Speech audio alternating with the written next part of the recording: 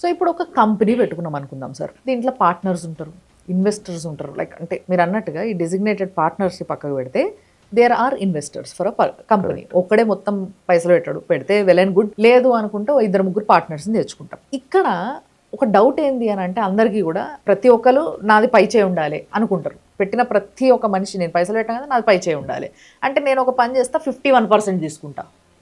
So basically ఇట్లా ఆలోచిస్తారు మనుషులందరూ కూడా, ముఖ్యంగా ఇండియాలో అట్లా ఆలోచించడం ఎక్కువ ఉన్నారు. కొంతమంది దగ్గర పైసలు ఉండవు, అది వేరే విషయం, బట్ ఉన్నోళ్ళు మాత్రం ఫైట్ చేస్తుంటారు. ఇంకా ఒక కంపెనీలో ఫర్ ఎగ్జాంపుల్ ఒక 4 ఓ 3 ఇన్వెస్టర్స్ ఉన్నారు అనుకుందాం. ఈ ఇన్వెస్టర్స్కి షేర్ ఎట్లా పోవాలి? అండ్ దీంట్లో ఇంకో క్లాస్ ఉంటుంది ఏంటి అని అంటే company is formed by a designated partner who can only work but cannot invest money and he should also be safe in law. అట్లాంటి సిచ్యువేషన్లో వీళ్ళ మధ్యలో పార్ట్నర్షిప్ ఎట్లుండాలి? మీరు రెండు కలిపేశారు.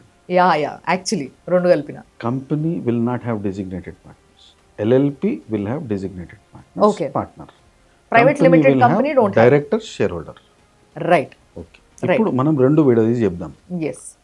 కంపెనీలో మీరు పెట్టిన క్వశ్చన్ ప్రకారం కంపెనీలో డైరెక్టర్స్ ఉన్నారు, షేర్ హోల్డర్స్ ఉన్నారు. ఎస్. డైరెక్టర్ కూడా షేర్ హోల్డర్ అయి ఉండొచ్చు, బట్ షేర్ హోల్డర్లు అందరూ డైరెక్టర్లు కాదు. ఇది ఫండమెంటల్ రూల్. ఎస్. పైసలు పెట్టిన వాళ్ళ కాన్సెప్ట్ ఏంటంటే నాది పై చేయి ఉండాలనేది స్వభావం. ఇప్పుడు పై చెయ్యి ఎంతవరకు అనే దాని మీద మనం మాట్లాడుకుందాం. 10% is the thresh hold limit. 10% కంటే కింద మనం మైనారిటీ అంటాం, 10% కంటే ఎక్కువకి కొన్ని రైట్స్ ఇచ్చాం. ఒక వ్యక్తి సరిగ్గా పనిచేయట్లేదు, మనం వ్యక్తి అనేది ఇక్కడ డైరెక్టర్ గురించి మాట్లాడుకుంటాం.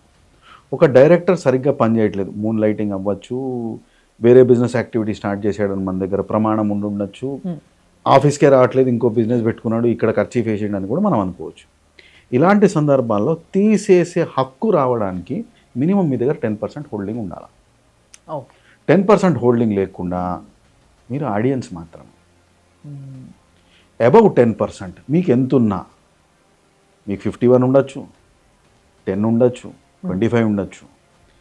ఈ పర్సంటేజ్లు అన్నింటిలో కూడా మీకు రీప్లేస్మెంట్కి అథారిటీ ఉంటుంది. రీప్లేస్మెంట్ అంటే ఏంటి? మీరు ఒక నోటీస్ పంపిస్తారు, డీటెయిల్డ్గా రాస్తారు, ఈ మనిషి ఈ కారణాల వల్ల ఈ కంపెనీలో పని చేయట్లేదు అని నా విశ్వాసం, రైట్, అందుకు ఈ మనిషిని తీసేసి ఫలానా వ్యక్తిని పెట్టాలి అనేది నా రిక్వెస్ట్. దీన్ని మనం సెక్షన్ 100 నోటీస్ అంటాము. దాని ప్రకారం మనం రీప్లేస్ చేస్తాం. మీకు ఏ పర్సంటేజ్ హక్కు ఇది? 10% అండ్ అబౌవ్. ఎస్. సో మనం ఒక మనిషిని సరిగ్గా పనిచేయకపోతే తీసేయాలి అని మన దగ్గర ఒక దృఢ సంకల్పం ఉండి అట్లాంటి స్టాండ్ మనకు కావాలంటే మినిమం మీ దగ్గర 10% ఉండాలి.